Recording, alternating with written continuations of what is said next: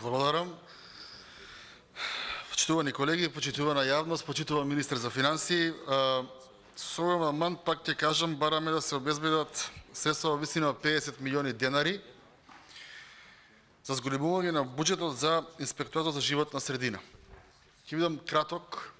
Зошто го бараме ова?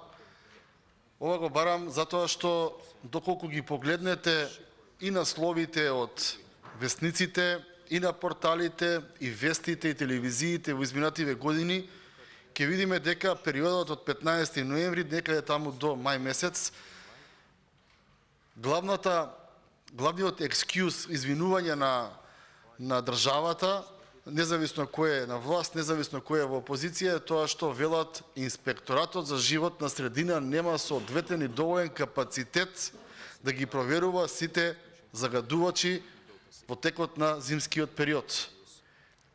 И сега, ако си го поставиме прашањето дали ни е загадено не само во Скопје, туку цела Македонија, да, ни е загадена. Државата вели дека нема капацитет и кадар да се справи со тие загадувачи. Јас предлагам само да се вработат инспектори со соодветни возила, кои што ќе одат и на лице место ќе ги казнуваат и ќе ги затвораат загадувачите. И јас не можам да разберам, ова се 850.000 евра. Ако на буџет од 4,4 милиарди евра, ние како пратеници не можеме да вметнеме амандман и ставка од 850.000 евра со цел секаде државните инспекторати да бидат соодветно опремени и кадровски и технички, наистина не знам што да кажам повеќе.